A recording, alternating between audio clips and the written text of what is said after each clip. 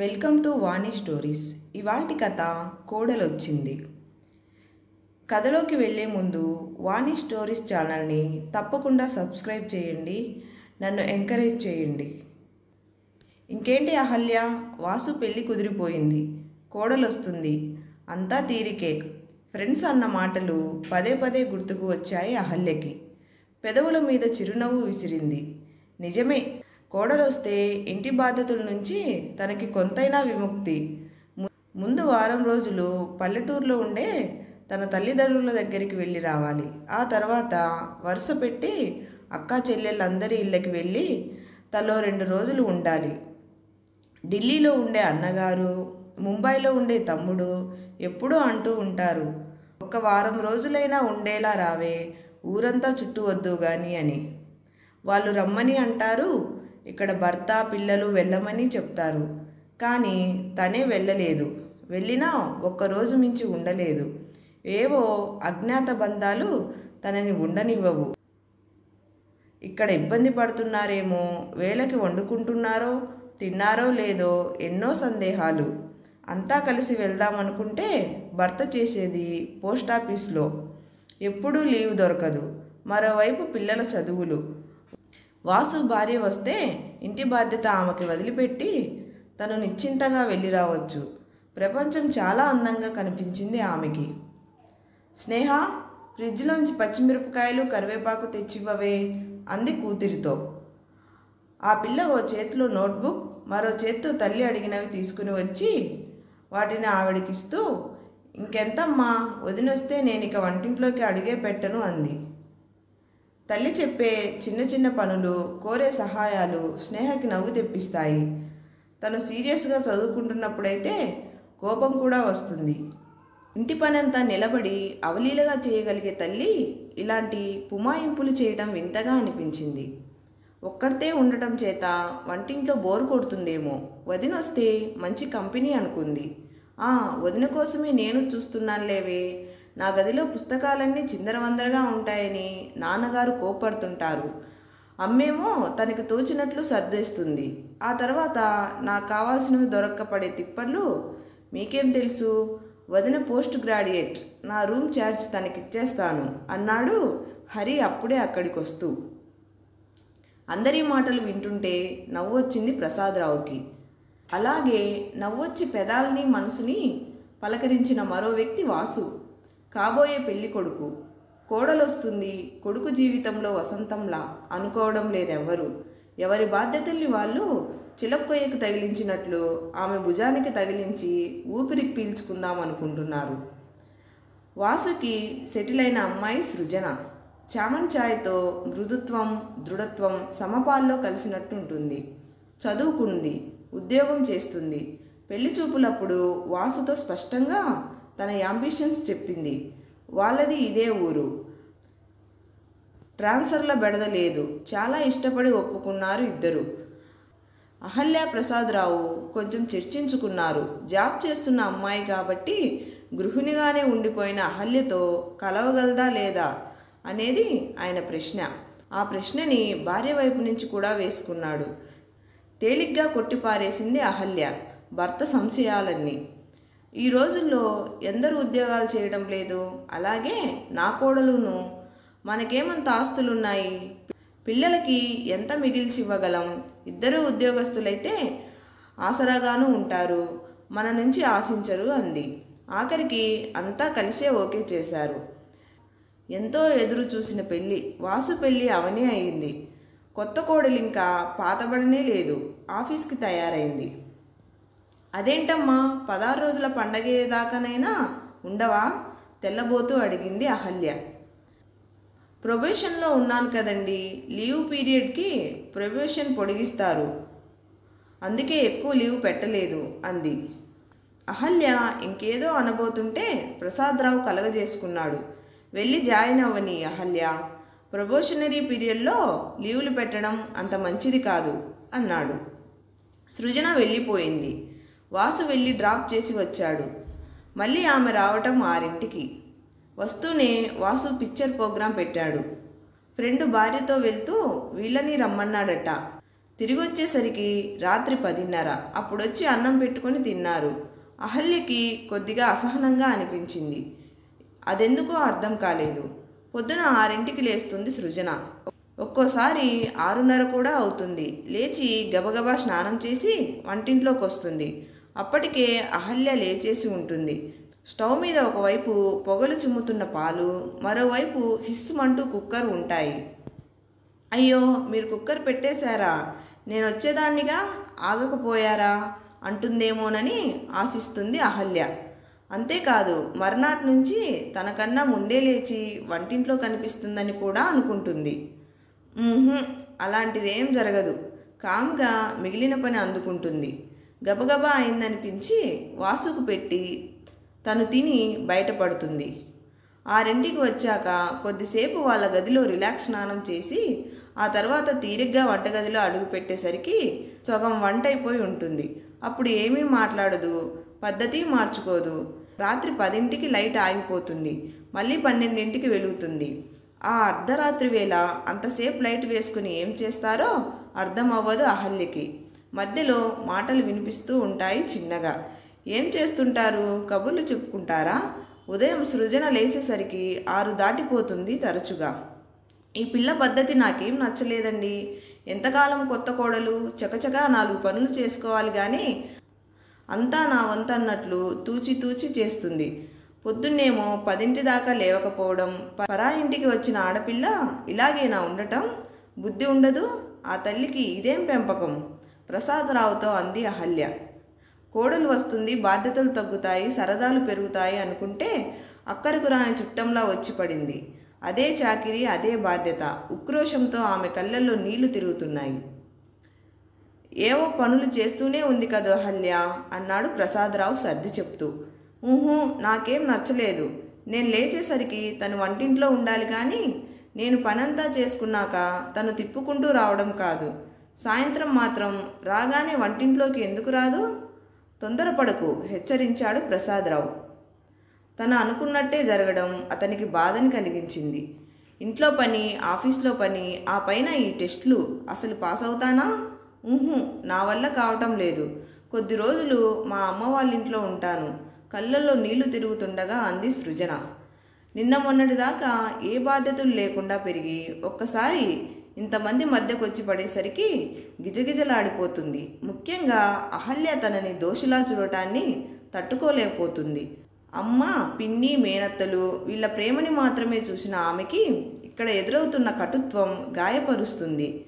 తనకి పెద్దగా పనులు రావు. కుక్కర్ పెట్టడం, కూరలు చేయటం, సాంబార్ చేయడం వచ్చు. అది పెళ్లికి ముందు నేర్చుకున్నది. తనకొచ్చినవేవో చేస్తూనే ఉంది. టైం చాలటం లేదు. ఆఫీస్లో రోజు లేటు. సృజన అన్న ఆ కొద్ది మాటల్లోనూ ఆమె అంతర్యాన్ని విన్నాడు వాసు. అమ్మ వాళ్ళతో మాట్లాడతాను అన్నాడు మృదువుగా దగ్గరికి తీసుకుని.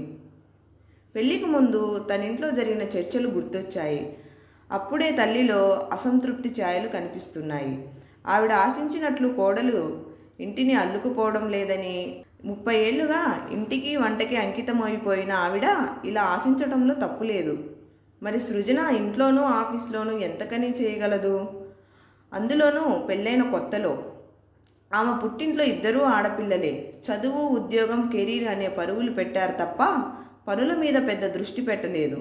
పెళ్లి చేసుకోవడంతో సరికాదు, ఇంకా పెద్ద బాధ్యత ఏదో తన వైపు ఉందనిపించింది వాసుకి. ఇప్పుడది పుట్టింటికి ఏం పనిరా? తెల్లబోతూ అడిగింది అహల్య. ఆఫీస్లో ఏవో టెస్టులున్నాయమ్మా, రొటీన్ మారింది కదా, ఇబ్బంది పడుతోంది అన్నాడు వాసు.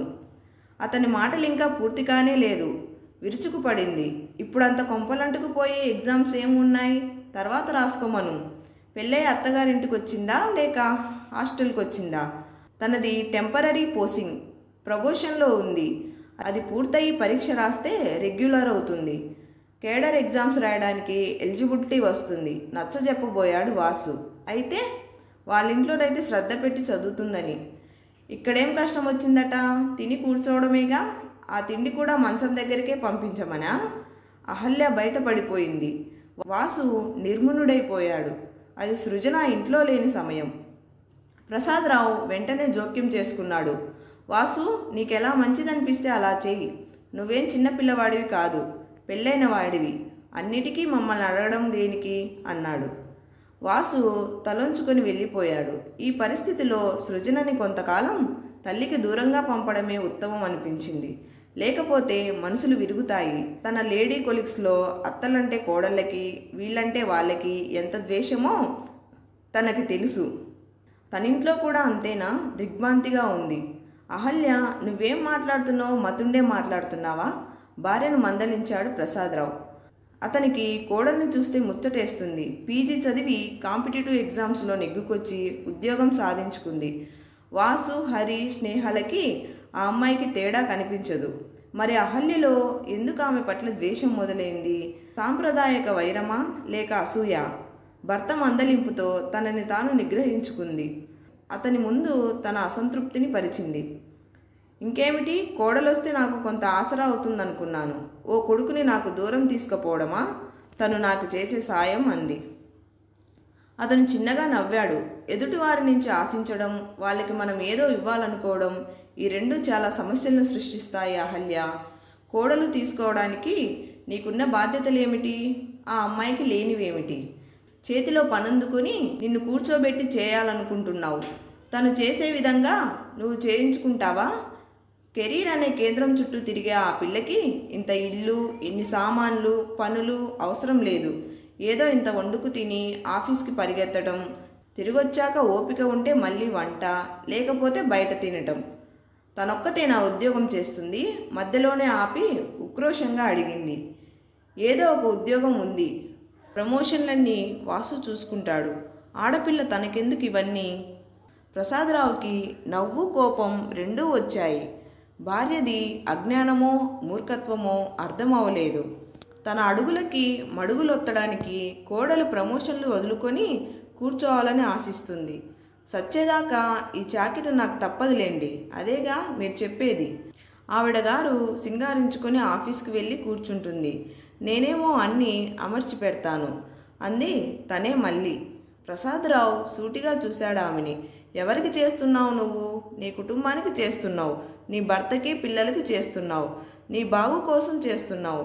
ఎవరో బయట పిల్ల నీ ఈ బాధ్యతలన్నీ నెత్తిన వేసుకోవాలనే కోరికేమిటో నాకు తెలియడం లేదు అహల్య.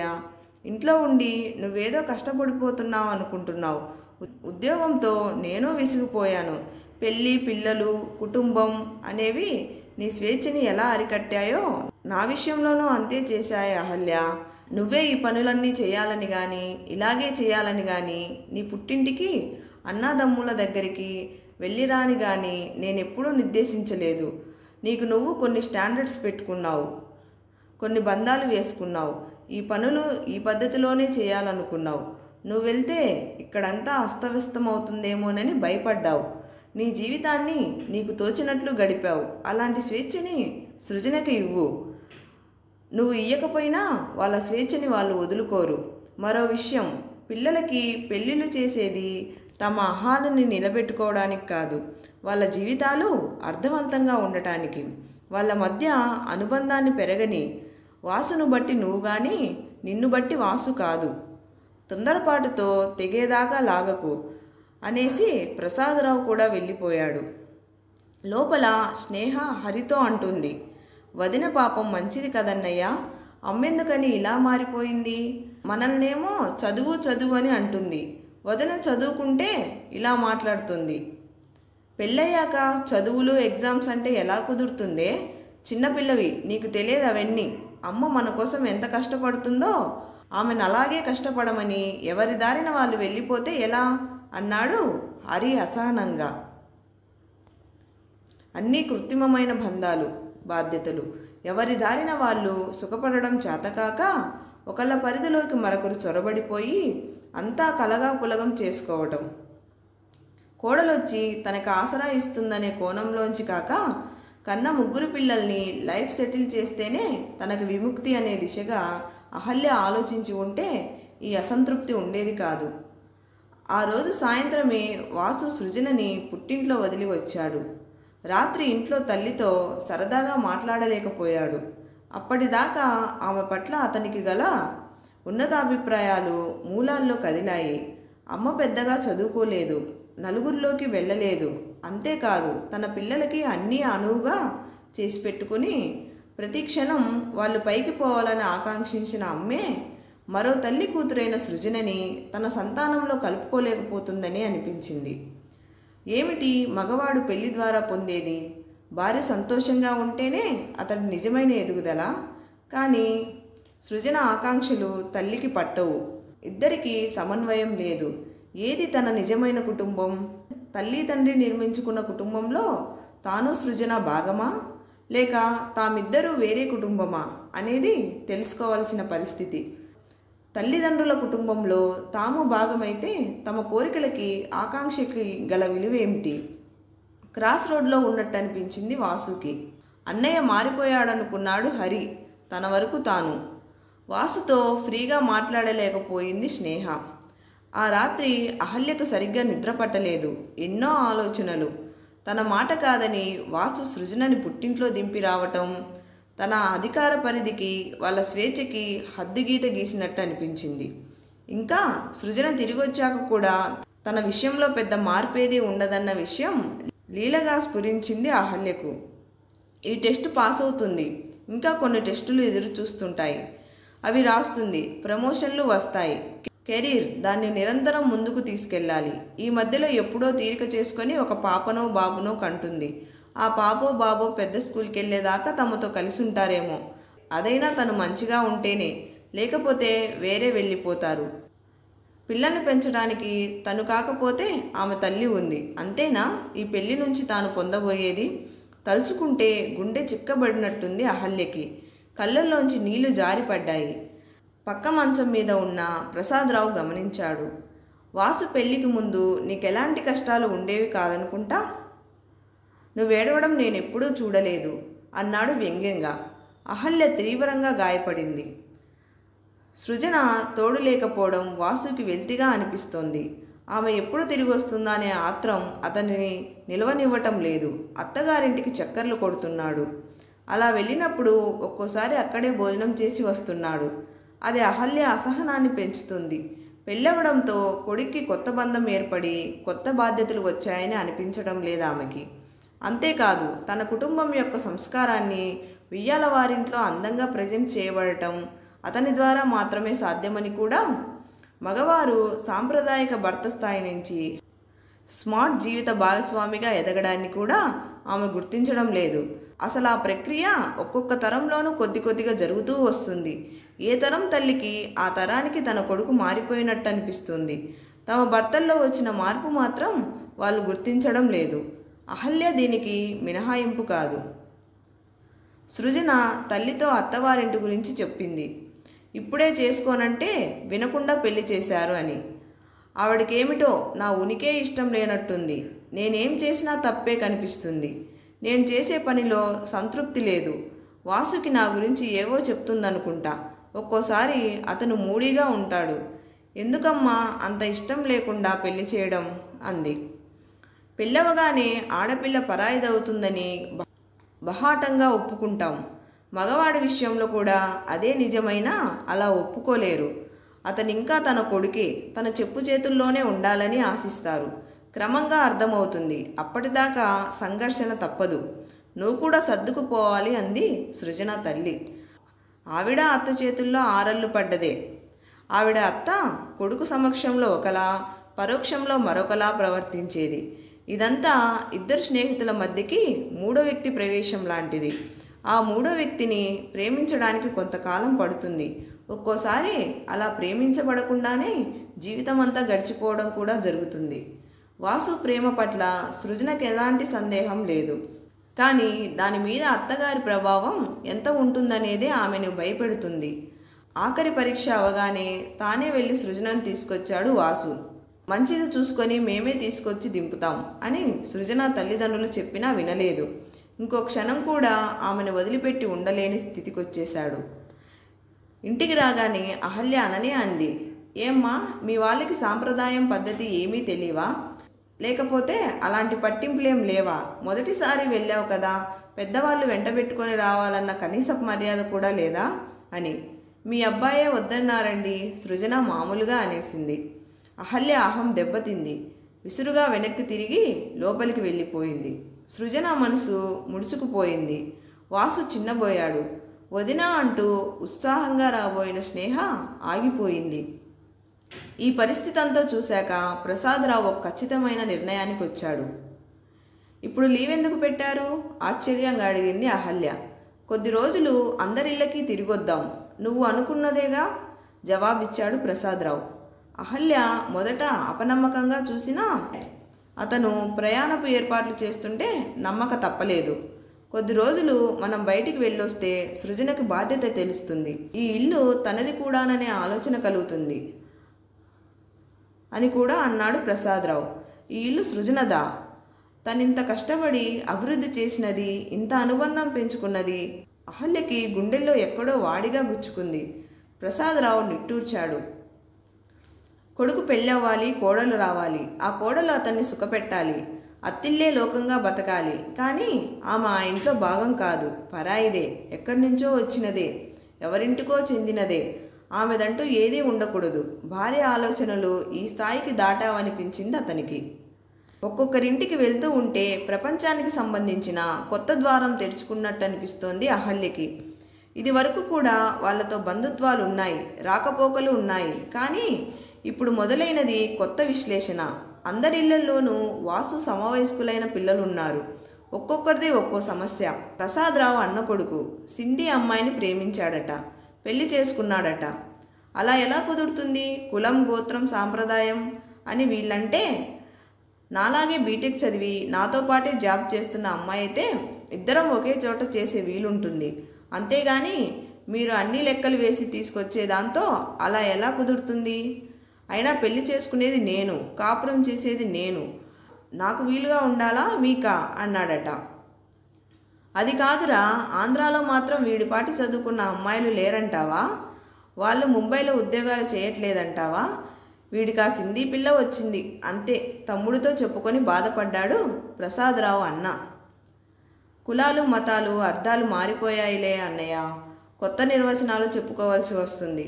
డాక్టర్ చదివిన కుర్రాడు డాక్టర్నే చేసుకోవాలనుకుంటున్నాడు, ఇంజనీరు మళ్ళీ ఇంజనీర్నే, కంపార్టబిలిటీ కోసమేమో అన్నాడు ప్రసాదరావు సర్ది చెప్తూ. ఈయనెప్పుడు పిల్లల పక్షమే అంది అహల్య. ప్రసాదరావు నవ్వాడు. అక్కడి నుంచి అహల్య అక్కగారింటికి వెళ్ళారు. ఆవిడ కూతురు, అల్లుడు అమెరికా వెళ్తున్నారట. ఆ సంతోషం అక్కలో కనిపించలేదు అహల్యకి. నా కూతురని చెప్పుకోవడానికి సిగ్గుగా ఉందే అహల్య, మా వారి మేనత్త కొడుకేగా దాన్నిచ్చింది, బయటి సంబంధం కూడా కాదు. ఆవిడకేమో మడి ఆచారం, దీనికి ఆవిడ ఉనికే గిట్టదు. ఇప్పుడు ఆ పెద్దావిడ్ని వదిలేసి అమెరికా వెళ్తున్నారు. పాపం ఆవిడెంత బాధపడుతుందో అంది. ఆమె కూతుర్ను కదిలిస్తే, ఇప్పుడు మా అత్తగారికి ఏం తక్కువ చేశామని పిన్ని, ఓపిగ్గా ఉంది, మడి కట్టుకొని వండటం నా వల్ల కాదు. నాకు నచ్చని, నాకు నమ్మకం లేని ప్రిన్సిపల్స్ నేను పాటించలేను. ఆవిడ వంట ఆవిడ చేసుకుంటారు, ఆవిడ సిద్ధాంతాలన్నీ ఆవిడ నిలబెట్టుకుంటారు. ఇంకా అమెరికా అంటావా? వెళ్ళక ఇక్కడే ఉండి మేం చేసేదేముంది? ఆవిడ్ని తీసుకెళ్తామన్నాం, రానంది. అమ్మా నాన్నలు ఆవిడ్ని తమ దగ్గర పిలిపించుకోవచ్చు, వాళ్ళు పిలవరు. ఎందుకంటే ఇది వాళ్ళకు అక్కర్లేని బాదరబందీ. ఒకవేళ వాళ్ళు పిలిచినా ఆవిడ వెళ్ళదు. మగపిల్లాడి తల్లినని ఈగో. మేం మాత్రం అవసరం లేని త్యాగాలు చేయాలి అంది. ప్రసాదరావు పొయోటిక్ జస్టిస్ అన్నాడు. పిల్లలు త్యాగాలు చేయాలని తాము అనుకుంటున్నారా అనేది అహల్యకు అర్థమవలేదు. అహల్య అన్న ఇంట్లో మరో రకం సమస్య. కొడుకు కోడలు దెబ్బలాడి వేరుపడ్డారట. అన్నగారు దాన్ని తాత్వికంగానే తీసుకున్నా, ఎదిగిన పిల్లలు ఎంతకాలం మనల్ని అంటిపెట్టుకొని ఉంటారు? వాళ్ళకి మనకి ఇంటరాక్షన్ ఆగిపోయాక కూడా కలిసేలా ఉంటారు.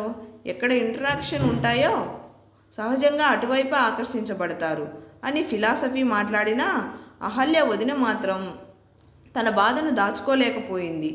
ఎంత అపురూపంగా పెంచానే అహల్య వాణ్ణి, అలాంటిది నా మాట విషయమైంది, భార్య బెల్లమైంది అంది. బాగుందే నువ్వు చెప్పేది, రేపెప్పుడో కోడలొచ్చి వేరు చేస్తుంది, దానికోసం నా కొడుకును నేనెందుకు అపురూపంగా పెంచాలనుకుంటారా ఏమిటి ఎవరైనా అని అన్నగారంటే అహల్యకు నవ్వు వచ్చింది. కానీ వదిన బాధపడుతుందని ఆపుకుంది. రోలొచ్చి మధ్యలతో మొరపెట్టినట్టుందిలే బావా, మా ఇంట్లోనూ ఒక కోడలుంది. వాసు మీద పెత్తనం వదులుకోవడానికి ఈవిడ సిద్ధంగా లేదు. విసుర్లు కసుర్లు. ప్రసాదరావు నోరిప్పాడు. నిజమా అన్నట్టు చూశారు అహల్య అన్నా వదినలు. అహల్య చిన్నపిల్లే అయింది. కళ్ళల్లో నీళ్లు నిలిచాయి. నేను చేస్తున్నది తప్పని నాకే తెలుస్తుందన్నయ్యా, కానీ వాడి మీద ప్రేమ, వాడు నాకు దూరం అవుతాడేమోనన్న బెంగ నన్ను ఉక్కిరి బిక్కిరి చేస్తున్నాయి. పైగా ఈయన కూడా ఆ పిల్లవైపే మాట్లాడతారు, నన్ను అర్థం చేసుకోరు అంది. విషయం కొంత సీరియసేననే అర్థమైంది అహల్య వదినకి. సరే, ఈ విషయాలన్నీ తీరిగ్గా మాట్లాడుకుందాం. ముందు స్నానాలు చేసి భోజనాలకు లేవండి అంది మాట మార్చి. వీళ్ళు వచ్చినట్లు కొడుకు ఫోన్ చేసింది అహల్య వదిన. అతను భార్యను కొడుకును తీసుకొని మేనత్త మామల్ని చూడటానికి వచ్చాడు. అతని ప్రవర్తనలో ఎలాంటి లోపము కనపడలేదు అహల్యకి. సాయంత్రం దాకా ఉండి వెళ్ళిపోయారు. ఆ రాత్రి వదిన మరదల్లో చాలాసేపు మాట్లాడుకున్నారు. ప్రఫుల్ పెళ్ళైన కొత్తలో నేనంత సిల్లిగా ప్రవర్తించానో తలుచుకుంటే నాకే సిగ్గనిపిస్తుంది అహల్య. పెళ్లితో వాడికి ఒక వ్యక్తిగత జీవితం ఏర్పడుతుంది.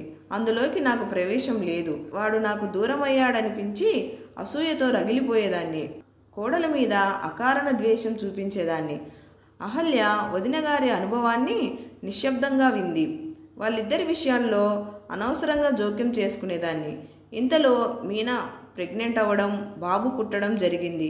వాడు నా మనవడు, నా కొడుకు రక్తం, నా భర్త రక్తం ఇలా అనుకుంటే నా మనసు ఉప్పొంగిపోయేది.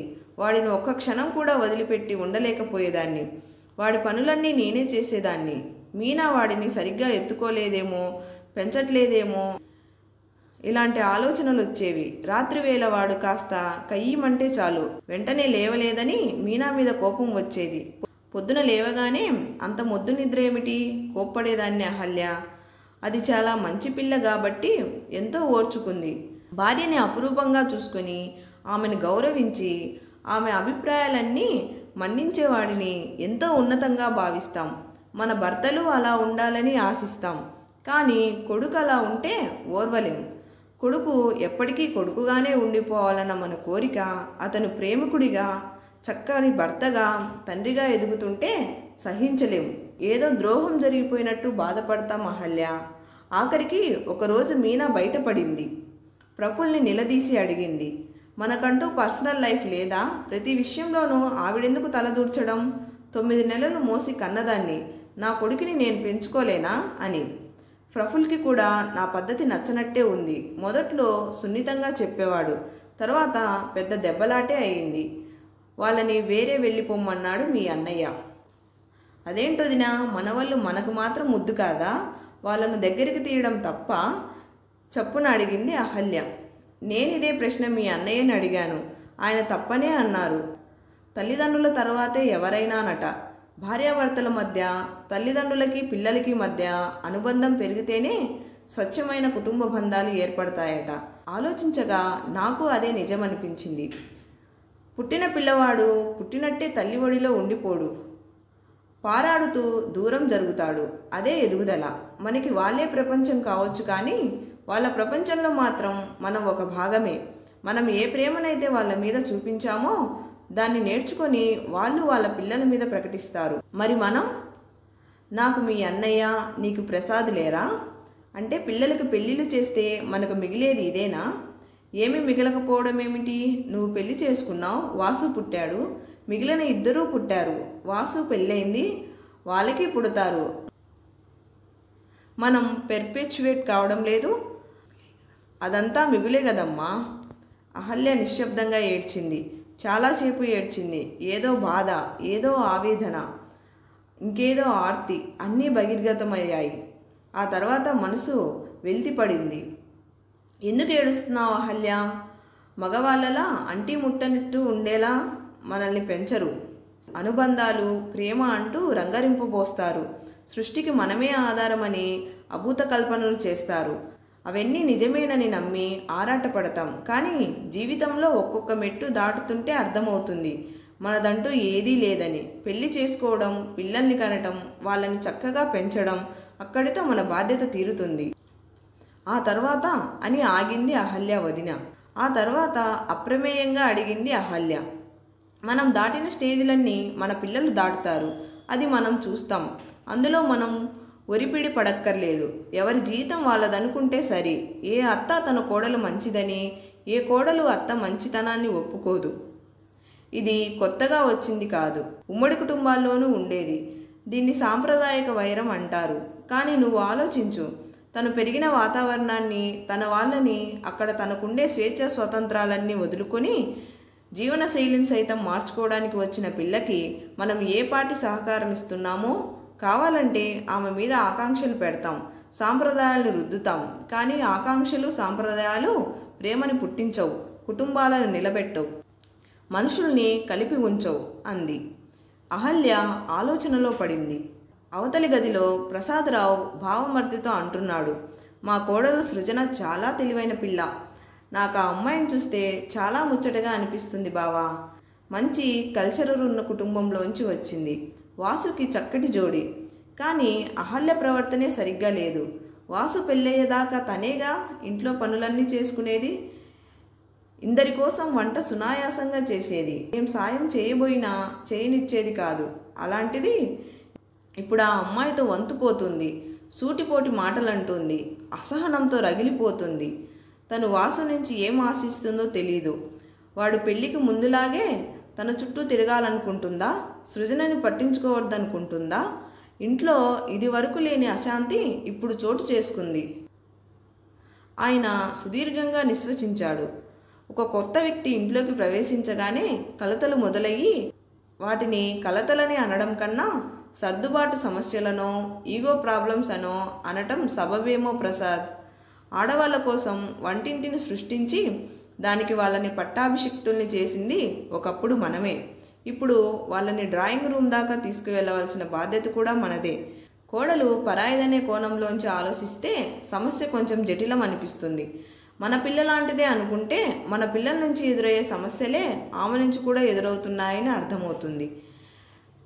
మేం పెద్దవాళ్ళమయ్యాం, ఇంకా ఎంతకాలం మీ మాట వినాలి అని పిల్లలు ప్రశ్నిస్తే అది వాళ్ళ వ్యక్తిత్వ వికాసంలో భాగమే అనుకుంటాం.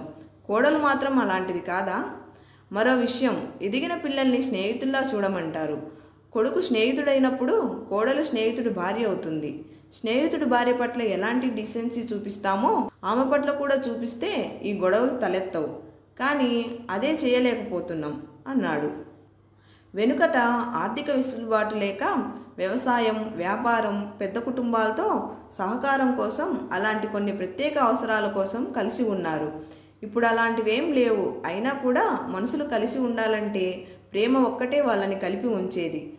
అది ఒక్క రోజులోనో ఒక సాంప్రదాయంతోనో పుట్టేది కాదు. ఆ తర్వాత వాళ్ళ విషయాన్ని వదిలేసి టీవీ వార్తల్లో లీనమయ్యారు. అదయ్యాక రాజకీయాల గురించిన చర్చలో పడ్డారు. చాలాసేపు మాట్లాడుకున్నాక ప్రసాదరావుకి సందేహం కలిగింది. ఇద్దరు ఆడవాళ్ళు ఒంటరిగా కూర్చున్నప్పుడు ఏం మాట్లాడుకుంటారా అని. వెంటనే జవాబు కూడా దొరికింది. భర్తల మీదో, అత్తల మీదో, కోడల మీదో చెప్పుకుంటారని. ఎందుకంటే వాళ్ళ అసంతృప్తి అక్కడే మొదలవుతుంది. మరుసటి రోజు ప్రఫుల్ వచ్చాడు అహల్యని తన ఇంటికి తీసుకెళ్ళడానికి. మీనాని, బాబుని ఇక్కడ చూశాను కదరా, మరోసారి వస్తాను అంది అహల్య మామూలుగా. అతను చిన్నబుచ్చుకునేసరికి బయలుదేరింది. దారిలో అన్నాడతను, అమ్మ వాళ్ళ నుంచి వేరే వచ్చేసానని కోపంగా ఉండొచ్చత్తా, కానీ ఒక విషయం చెప్పు, నాకు పెళ్లి చేశారు, ఆమెను ప్రేమగా చూసుకోమన్నారు. అదే నేను చేస్తుంటే అమ్మకి కోపం. నాకు ఇద్దరూ ఒకటే. తల్లిదండ్రులు తమ ప్రేమనంతా మొదటి బిడ్డ మీద కేంద్రీకరిస్తారు. రెండో బిడ్డ పుట్టగానే ఇద్దరి మధ్య పంచుతారు. మరో వ్యక్తి నా జీవితంలో వచ్చాక కూడా నేను వెనకటిలా ఉండడం ఎలా సాధ్యం? మీనాని ప్రేమించడానికి, అమ్మని గౌరవించడానికి ఏమిటి సంబంధం? రెండు వేరువేరు విషయాలు కావా? అతను వ్యక్తపరిచిన భావాలకి అహల్య నివ్వెరపోయింది. నిన్న మొన్న పెళ్ళైన ప్రఫుల్లో ఎంత మెచ్యూరిటీ! అతనే మళ్ళీ అన్నాడు, మా వైపు నుంచి కూడా ఆలోచించండి. మా సంపాదన ఎక్కువే, మాకుండే కంఫర్ట్స్ కూడా ఎక్కువే, అలాగే ఒత్తిళ్ళు. నాన్న, మామయ్య వాళ్ళలాగా ఏ 20 ఏళ్లకో ఉద్యోగంలో చేరితే 60 ఏళ్ల దాకా నిశ్చింతగా చేయగలిగేవి కావు. ప్రతి క్షణం మా ఉద్యోగాన్ని నిలబెట్టుకునే ప్రయత్నం చేయాలి. బాస్ని ఇంప్రెస్ చేయాలి. కాలంతో పరిగెడుతూ మా స్కిల్స్ పెంచుకోవాలి. నువ్వెంత వెదవ్వి అని ఎవరైనా మొహం మీదే అన్నా నేనెలా వెదవని కాదో నవ్వుతూ వివరించగలగాలి. అదంతా ఒక కృత్రిమమైన లైఫ్. ఇంటికొచ్చాక ప్రశాంతంగా ఉందామంటే అమ్మకి మీనాకి పడదు. ఎప్పుడూ ఏదో ఒక గొడవ. ఆ గొడవని తప్పించుకోవడానికి వేరే వచ్చాను. నాకు ఇద్దరి నుంచి కూడా సంతోషమే కావాలి అన్నాడు. మాటల్లోనే ఇల్లు చేరారు. ఇల్లు పొద్దిగ్గా కళాత్మకంగా ఉంది. ఆ ఇంట్లో ప్రఫుల్ తనెలా ఉండాలనుకుంటున్నాడో అలా ఉంటాడు. తనొక ఎదిగిన వ్యక్తిలా అనిపించాడు తప్పించి మేనల్లుడిలా అనిపించలేదు. అంటే ఆత్మీయత లేదని కాదు. అదతని కొడుకుని చూడగానే పొంగి వచ్చింది. వాడిని ఎత్తుకొని ముద్దు పెట్టుకుంది. వదిన జీవితంలో వచ్చిన మార్పుని గమనించింది అహల్య. ఇదివరకట్లా చాదస్తంగా పనితో కాలాన్ని గడపటం లేదు. పూజలు కూడా తగ్గాయి. టీవీ చూస్తుంది, పుస్తకాలు చదువుతుంది, మ్యూజిక్ క్లాసులకు కూడా వెళ్తుందట. మార్నింగ్ వాక్, ఈవినింగ్ వాక్ చేస్తుంది. ఎలాంటి జీవితం గడపాలని పెళ్ళైన కొత్తలో ఏ ఆడపిల్లైనా అనుకుంటుందో అలాంటి జీవితాన్ని గడుపుతుంది. కానీ అందులో వెలితి ఉంది. కారణం ఇప్పుడు అది ఆమె మీద బలవంతంగా రుద్దబడింది. అహల్యకి తన గమ్యం ఏమిటో స్పష్టమైంది. అది రెండు విధాలు. తను సృజనని మరో కూతుర్లా ప్రేమించగలగాలి. అప్పుడు కూడా వాళ్ళు తమ మధ్య ఇమడలేకపోతే స్వేచ్ఛనివ్వాలి. వదినలా బాధపడుతూ కాదు, నవ్వుతూ. ఈ కథ నచ్చినట్టయితే ఖచ్చితంగా లైక్ చేయండి, షేర్ చేయండి. తప్పకుండా వాణి స్టోరీస్ ఛానల్ని సబ్స్క్రైబ్ చేయండి.